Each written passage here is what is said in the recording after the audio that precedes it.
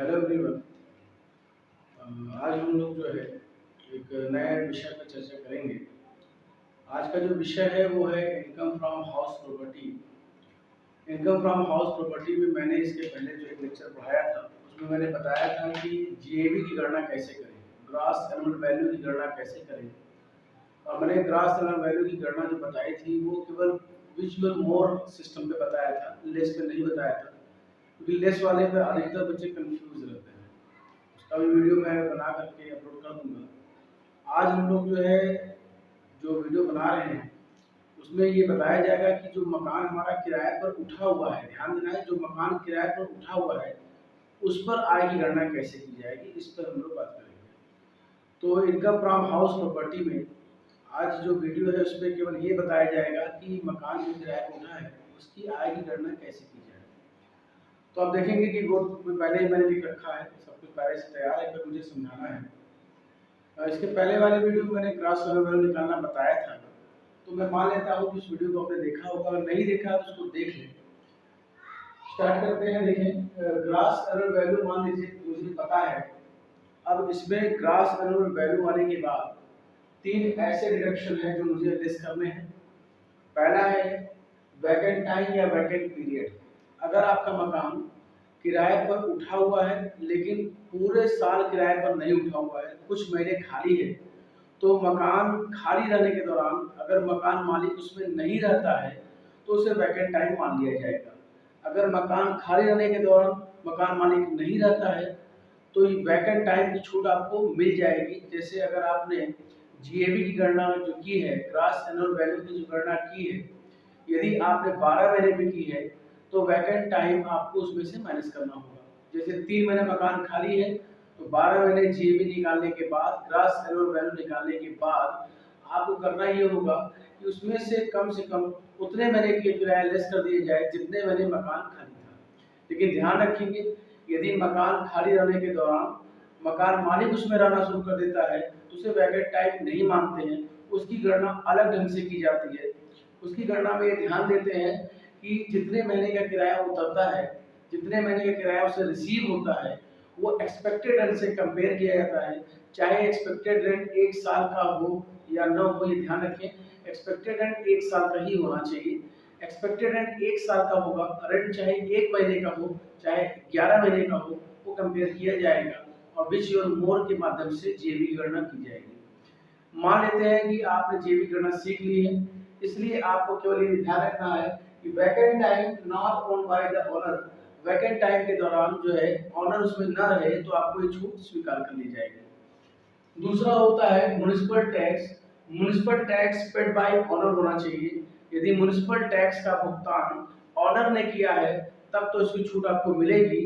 अब आप सोच रहे हो ऑनर कर रहा है, किराएदार कर रहा है, कैसे पता चलेगा? अगर म्युनिसिपल टैक्स का भुगतान आपके एग्रीमेंट में है किराएदार से कि जो भी म्युनिसिपल टैक्स होगा वो आप पेड करोगे, तो ये ध्यान रखना है कि आपको इसकी छूट नहीं मिलेगी। आपका मतलब है एसएससी को इसकी छूट नहीं मिलेगी। यदि म्युनिसिपल टैक्स का भुगतान आपने स्वयं किया है तो आपको छूट मिल जाएगी, चाहे वो आज के वर्ष का हो, आपके प्रीवियस ईयर का हो, पिछले कई प्रीवियस ईयर का हो या आगे के कई प्रीवियस ईयर का हो। म्युनिसिपल टैक्स का भुगतान जिस जिस समय किया जाता है, जितने साल के लिए किया जाता है, उतने साल की छूट आपको उस साल दे दी जाती है। फिर होता है अनरिलाइज्ड रेंट फुलफिल कंडीशन को। यदि आपका किराएदार किराया नहीं दे रहा है और आपने मुकदमा दायर कर दिया है और मुकदमा दायर किया है तो उसको बोलते हैं कंडीशन 4 इज फुलफिल। नियम 4 की शर्तें पूरी हो गई हैं तो आपको न वसूल हुए किराए की छूट दे दी जाएगी। ध्यान रहे, न वसूल हुए किराए का मतलब है रिकवरी आप नहीं, केवल अनरिलाइज्ड रेंट, किराया डूब गया है, किराएदार किराया देने से मना कर रहा है तो मुकदमा दायर करें। और मुकदमा दायर करने में जब तक केस फाइनल नहीं होता है, जब तक केस आपके पक्ष में नहीं आता है, तब तक आपसे इनकम टैक्स डिपार्टमेंट जो है म्युनिसिपल टैक्स की छूट, सॉरी अनरिलाइज्ड की छूट जो है आपको स्वीकार कर लेगा। और अनरिलाइज्ड की जो छूट है तब तक देता रहेगा जब तक मुकदमा क्लियर न हो जाए। जैसे मान लेते हैं कि किराएदार ने 3 महीने का किराया नहीं दिया है तो जीएबी आने के बाद जो कि 1 साल का है उसमें से अनरिलाइज्ड रेंट निकाल दिया जाएगा, लेकिन शर्त यह है कि नियम 4 की शर्तें पूरी होनी चाहिए। अब आप जब ये तीन छूटें माइनस करते हैं ग्रॉस सेलुलर वैल्यू में से, जब आप जो है वैकेंट टाइम, म्युनिसिपल टैक्स और अनराइज माइनस करते हैं तो उसमें से जी हट जाता है, वो बन जाता है net annual value. Net annual value बन जाने के बाद गवर्नमेंट की ये पॉलिसी है, इनकम टैक्स डिपार्टमेंट की पॉलिसी है कि जो भी आपका नेट एनुअल वैल्यू आएगा according to under section 24A धारा 24A के अनुसार 30% आपको छूट मिलेगी। 30% आपको छूट मिलने का मतलब है कि 100 रुपए पे 30 रुपए पे कोई टैक्स नहीं लगेगा, बाकी 70 रुपए पे टैक्स लगेगा। ये ध्यान रखेंगे। इसका 30% एक्सेप्टेबल है according to under section 24A।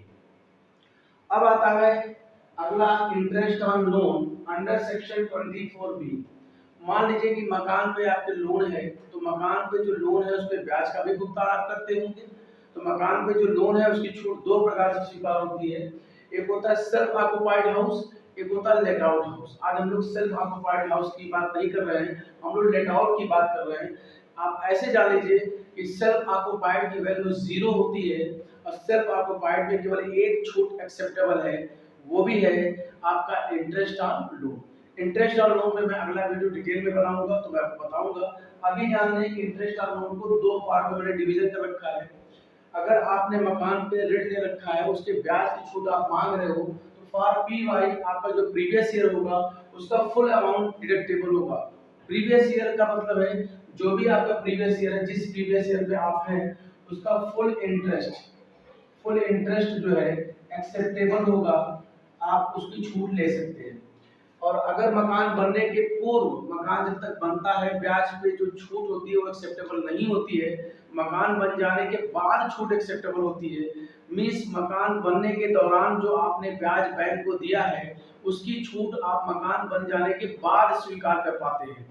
तो ये आप ध्यान रखेंगे। आपका मकान चाहे जितने वर्षों में बना हो, अधिकतम मकान बनने के पूर्व 5 वर्ष, ध्यान रखेंगे, मकान बनने के पूर्व अधिकतम 5 वर्ष ही केवल आप ले सकते हो।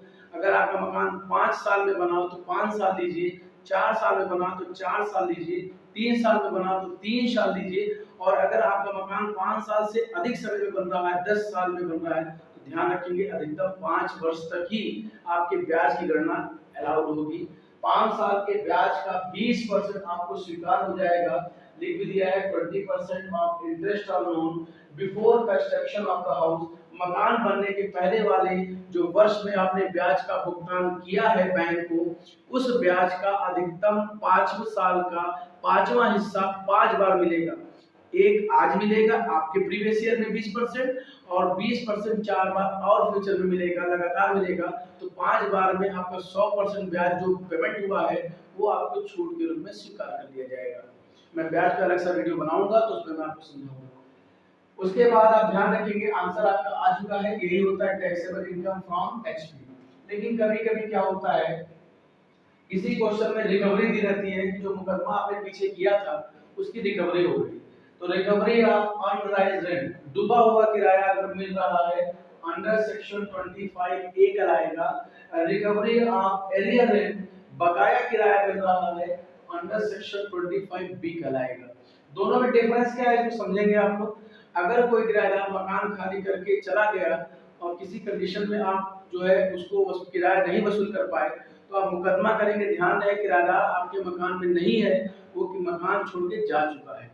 लेकिन अगर कोई किराएदार आपके मकान में है या किराया बढ़ाने से मना कर रहा है या किराया नहीं दे रहा है लेकिन आपके मकान में ही रहता है, तो उसे बोलेंगे under section 25B। Recovery of unrealised rent, डूब गया किराया, किराएदार भाग चुका है। रिकवरी ऑफ एरियर रेंट, किराएदार आपके घर में ही है और किराया देने से मना कर रहा है, तो जो अनराइज्ड है वो अंडर सेक्शन 25A है और जो बकाया किराया है अंडर सेक्शन 25B है। ये ध्यान रखेंगे कि दोनों में आपको गवर्नमेंट जो है, आईटी डिपार्टमेंट जो है 30% एसडी स्वीकार करेगी। 30% एसडी मतलब स्टैंडर्ड इरेक्शन, क्योंकि अगर ये किराया नहीं डूबा होता, ये किराया आपको मिल रहा होता, तो आपको फ्यूचर में नहीं, उसी समय जब आपको ये किराया मिला था तो 30% गवर्नमेंट एक्सेप्टेबल की थी अंडर सेक्शन 24A के अकॉर्डिंग। तो मिल जाने के बाद, किराया मिल जाने के बाद, चाहे वो अनराइज्ड रेंट हो चाहे वो एरियर रेंट हो, मिल जाने के बाद आप ध्यान रखेंगे उस समय भी आपको 30% की छूट एक्सेप्टेबल होगी। चाहे वो अगर ये पेमेंट मान लीजिए कि पहले ही मिल गया होता तब भी 30% मिलता, और रिकवरी होने के बाद भी 30% आईटी डिपार्टमेंट आपको छोड़ेगा।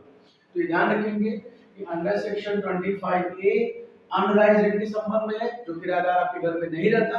Under section 25B arrear rent के संबंध में है, जो किराएदार आपके मकान में रहता है लेकिन किराया देने से मना करता है। इसकी भी रिकवरी ले ली जाएगी। रिकवरी लेने के बाद उसके बाद जो आंसर आएगा वही होगा टैक्सेबल इनकम फ्रॉम एचपी। ध्यान रखेंगे ये केवल किराए पर उठे हुए मकान की गणना है। मैं अपने मकान में स्वयं रहूंगा या बिजनेस करूंगा तो उसमें इतनी लंबी चौड़ी गणना नहीं होगी, उसकी वैल्यू 0 होगी। जिस मकान में मैं स्वयं रहूंगा, सेल्फ ऑक्युपाइड बोलते हैं, उसमें केवल एक छूट एक्सेप्टेबल है, वो भी है इंटरेस्ट ऑन लोन। जिस मकान में मैं बिजनेस करूंगा उसमें कोई छूट एक्सेप्टेबल नहीं है, उसकी गणना बिजनेस चैप्टर में की जाएगी। तो मैं एक बार फिर से आपको वीडियो के अंत में बता दे रहा हूँ कि कैसे कैसे काउंट हुआ है। इससे पहले वाले वीडियो में ग्रॉस एनुअल वैल्यू निकालना मैंने बताया था, तो मैं मान लेता हूँ कि ग्रॉस एनुअल वैल्यू आपने फाइंड आउट कर लिया है।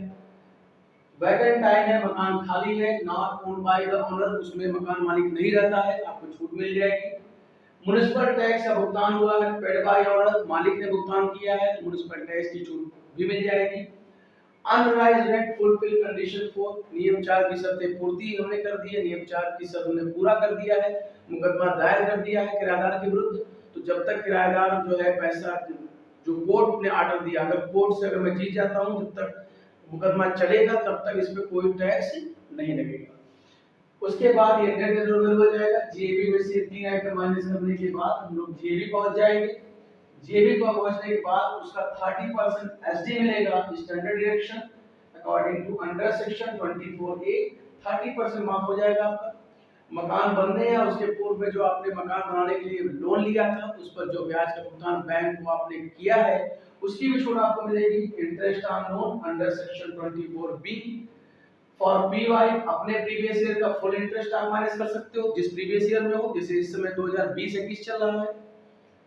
20% of interest on loan before construction of the house, मकान बनने के पूर्व वाले अधिकतम 5 वर्षों का ही 5वां हिस्सा लें। अधिक से अधिक 5 साल से अधिक होने पे 5वां साल लें, 5 साल लें, 5 साल से कम होने पे 3 साल, जैसे 3 साल है तो 3 साल लें, 2 है तो 2 साल लें, 4 है तो 4 साल लें, 5 है तो 5 साल लें, लेकिन 5 से ऊपर अगर जा रहा है तो 5 साल ही लें। अधिक से अधिक 5वें साल का 5 का जो आपका ब्याज होगा 5 साल का, उसका 5वां हिस्सा आज मिलेगा, मतलब 20%, और बाकी 5वां हिस्सा जो 4 बार और मिलेगा वो आगे मिलेगा। जैसे आज 2020-21 चल रहा है तो कल 21-22 में मिलेगा, 22-23 में मिलेगा, 2300 में ऐसे करके चलता रहेगा। क्लियर? 5 साल तक। मैं उसका अलग वीडियो अपलोड कर दूंगा। रिकवरी ऑफ अनराइज्ड रेंट, डूबा हुआ किराया आपको मिल रहा है 1125A के तहत। डूबा हुआ मतलब किराएदार भाग चुका था, उसका मुकदमा क्लियर हुआ है, आपको पैसा मिलेगा, 30% लेस कर देंगे एसडी। अगर एरियर रेंट आपको रिसीव हो रहा है, किराएदार आपके मकान में ही है, किराया बढ़ाने से मना कर रहा है या किराया नहीं दे रहा है, उसका मुकदमा नहीं देंगे तो उसमें भी 30% माइनस कर दीजिएगा।